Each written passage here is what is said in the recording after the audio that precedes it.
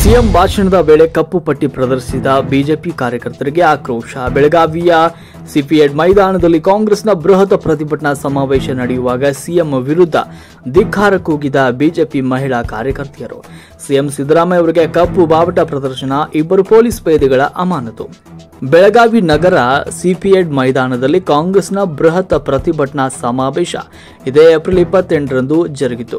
ಸಮಾವೇಶದಲ್ಲಿ ಮುಖ್ಯಮಂತ್ರಿ ಸಿದ್ದರಾಮಯ್ಯನವರು ಕೇಂದ್ರ ಸರ್ಕಾರದ ಬೆಲೆ ಏರಿಕೆಯನ್ನು ಖಂಡಿಸಿ ಸಿಎಂ ಸಿದ್ದರಾಮಯ್ಯನವರ ಭಾಷಣದ ವೇಳೆ ಬಿಜೆಪಿ ಮಹಿಳಾ ಮೋರ್ಚಾ ಕಾರ್ಯಕರ್ತೆಯರು ಕಪ್ಪು ಪಟ್ಟಿ ಪ್ರದರ್ಶನ ಮಾಡಿದ ಪ್ರಕರಣಕ್ಕೆ ಸಂಬಂಧ ಇದೀಗ ಕೋರ್ಟ್ ಎಲ್ಲರಿಗೂ ಷರತ್ತುಬದ್ಧ ಜಾಮೀನು ಮಂಜೂರು ಮಾಡಿದೆ. ಕಾರ್ಯಕ್ರಮದಲ್ಲಿ ಬಿಜೆಪಿ ಕಾರ್ಯಕರ್ತೆಯರು ಸಿಎಂ ವಿರುದ್ಧ ಗೋ ಪಾಕಿಸ್ತಾನ ಅಂತ ಘೋಷಣೆ ಕೂಗಿ ಗಲಾಟೆ ಮಾಡಿದ್ರಿಂದ ಅವರನ್ನ ವಶಕ್ಕೆ ಪಡೆದು ವೈದ್ಯಕೀಯ ತಪಾಸಣೆ ಬಳಿಕ ಕೋರ್ಟ್ಗೆ ಹಾಜರುಪಡಿಸಲಾಯಿತು. ವಿಚಾರಣೆ ನಡೆಸಿದ ಬೆಳಗಾವಿಯ 5ನೇ ಜೆಎಂಎಫ್ಸಿ ಕೋರ್ಟ್ನ ನ್ಯಾಯಾಧೀಶೆ ಸ್ಪರ್ಶಾ ಡಿಸೋಜಾ ಅವರು 1 ಎಕರೆ ಜಮೀನು ಶ್ಯೂರಿಟಿಯೊಂದಿಗೆ ಷರತ್ತುಬದ್ಧ ಜಾಮೀನು ಮಂಜೂರು ಮಾಡಿ ಆದೇಶವನ್ನು ಹೊರಡಿಸಿದ್ದಾರೆ.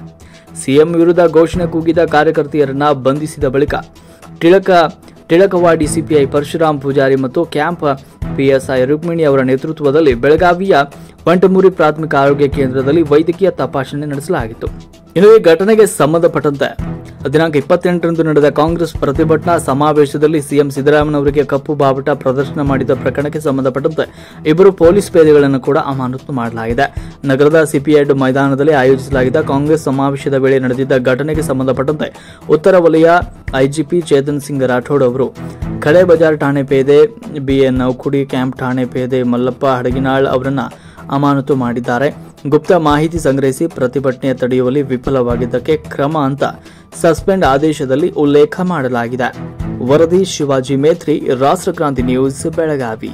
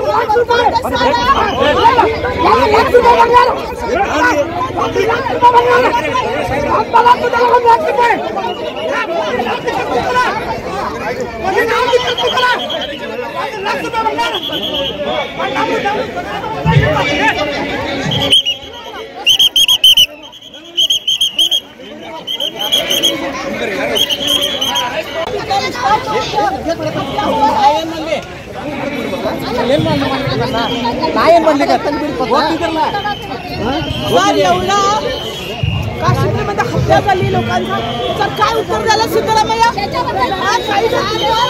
आणि पाकिस्तानवर चर्चा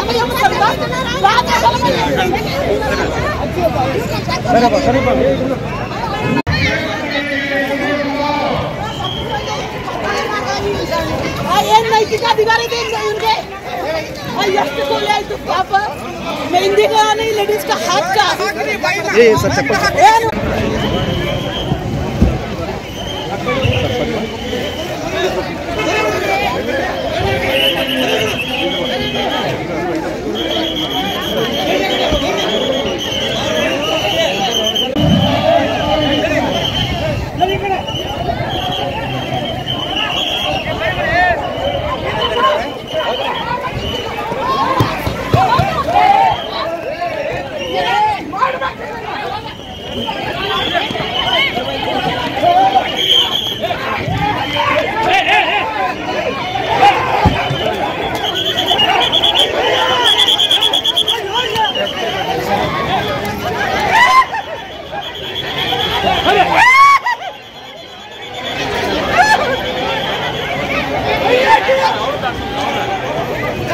ಹೋಗ್ರಿ ಹೋಗ್ರಿ ಹೋಗ್ರಿ ಹೋಗ್ರಿ ಹೋಗ್ರಿ